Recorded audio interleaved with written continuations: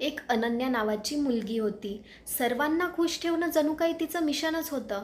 घरात आईबाबांना, ऑफिसमध्ये टीममेट्सला, मित्रमैत्रिणींना सगळे म्हणायचे, अनन्या किती स्वीट आहे, सगळ्यांना मदत करते. पण एके दिवशी अनन्यानेच स्वतःला विचारले की लास्ट टाईम स्वतःला मी असं काय दिलं आहे?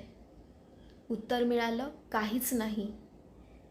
कारण अनन्या सगळ्यांना हो म्हणायची, जरी तिचं मन आतून नाही ओरडत असायचं तरी देखील. ती रात्र जागून दुसऱ्यासाठी रिपोर्ट्स बनवायची. स्वतःचा मूड खराब असताना देखील दुसऱ्या कोणाचं बोलणं ऐकून घ्यायची हसून. यामुळे ती इमोशनली थकली होती, आतून रिकामी वाटायला लागली होती.